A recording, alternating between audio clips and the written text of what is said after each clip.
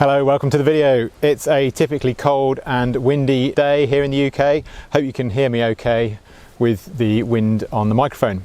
So this video is to show you around this beautiful 2012 Honda NBox.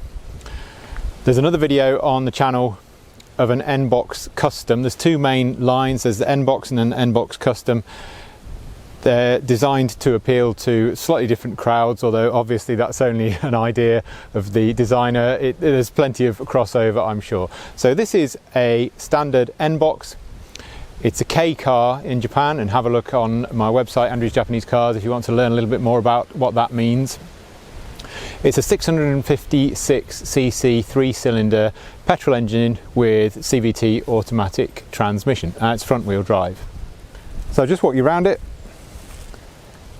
You can't particularly tell that the metallic paint is metallic or gleaming in the sunshine because there isn't that much sunshine, but it does look lovely. It's got a matching set of Bridgestone tyres on it with plenty of tread left. Both of the rear doors are sliding. On this one, the right hand is a standard manual door and the left hand has electric open and close. Tinted rear glass.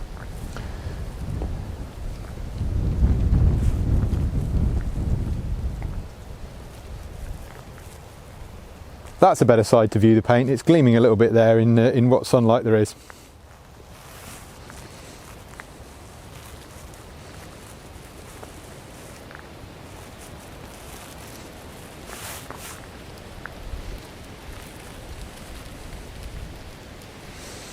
Let's have a look inside.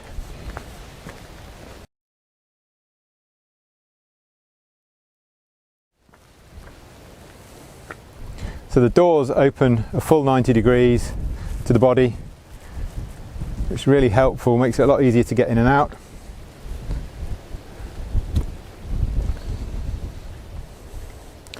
So electric windows all round, auto for the driver.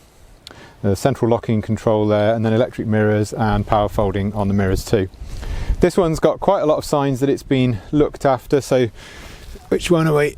That's an oil change. That says that the CVT fluid was changed last year at 76,860 kilometers, and it's now done 86,988 kilometers.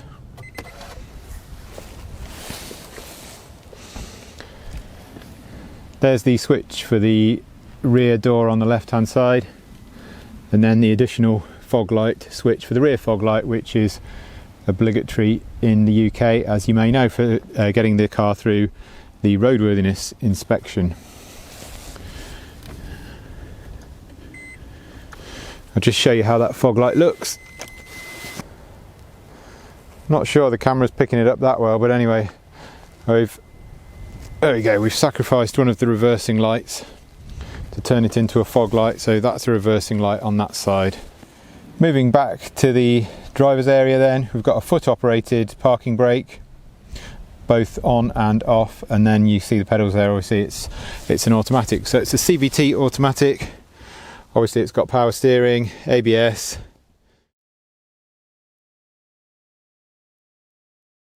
automatic climate control. This one has got a reversing camera. The stereo is the original Japanese one, so it's got sat nav. Just switch that off so it stops beeping. It's got sat nav, which will only really be useful in Japan. It's got a CD player, as you can see, and it's got a memory card and USB. The radio, because of the differences in FM frequency ranges between the UK and Japan, the radio will only really be able to tune into Radio 2, which may be a joy or an absolute disaster depending on your preference. This is an ETC reader, so ETC is electronic toll collection. That's only for Japan really, but I've left it in there. Some people really like them as a sort of an authenticity thing. Some people even ask me if they can buy them off me. So I've left that in. Do with it as you wish. Down there we have a, it's not strictly a proper flare, it's an LED equivalent of a flare. So nice bench seats with armrest and cup holder. So I said the door on the right was manual. It's got an automatic sort of soft close feature, so if you close it but you don't quite close it fully, no, I did it too hard then. If you close it but you don't quite close it fully, you see that? The car just latches it shut properly. Let's have a look in the back. So two really nice sized and comfortable seats in the back with armrests both sides. For those of you wishing to transport younger children, you may be interested to know that this has got ISOFIX points. They're in there and there and there and there. So two sets of ISOFIX points, and of course cup holders for both rear seat passengers too. Another really nice feature is these grab handles, really solid. There's one on this side and then there's the same on the other side too. We also get a bag holder on this side as well. So I'll try and give you a sense of the leg room in this car. I'm 6 foot tall,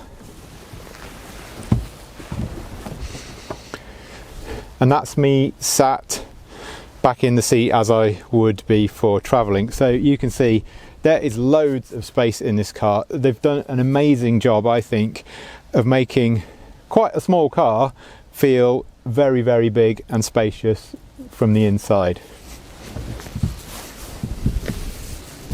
So of course we can't have everything, we can't have lots of space for the driver and rear seat passengers and have a huge boot as well, especially not in a small car. But I think they've done a pretty good job in terms of the flexibility they've given. Excuse my camera bag there. So under here we have a jack and tyre inflation kit. You don't get a spare wheel in a small car like this, as with many cars these days. So if you've owned or driven another Honda before, you may well be familiar with what I'm about to show you with these seats.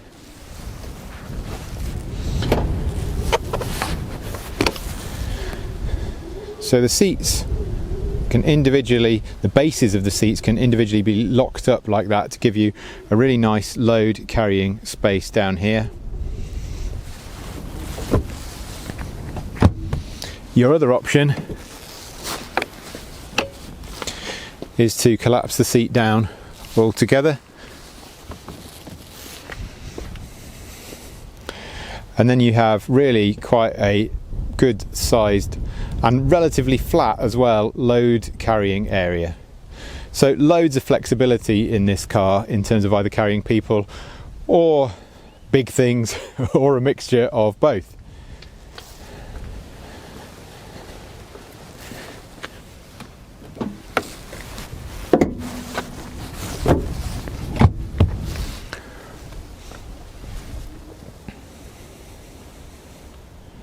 A quick look under the bonnet for those interested in that type of thing. Comes with some of its original Japanese dust. That sounds like a terrible car dealer line, doesn't it? I'm sorry. What I'm getting on to say is that I don't pressure wash or sort of steam clean or anything like that engine bays. So this is exactly as it came. It's very clean in here. Just gives me a quick opportunity to tell you what I've done in terms of preparation as well as checking the car over. It's had an MOT obviously, and it passed the MOT with no advisories. Interestingly, the MOT tester asked me if I'd cleaned it underneath because it was so clean, and the answer, as you may well know, is no, I hadn't. That's exactly as it was. So I have changed the oil filter, which is down there, air filter, which is in there, and it's had a new cabin filter as well. Check that the coolant is up to spec too, which it was. Okay, that brings this video pretty much to a close. Thanks very much for joining me.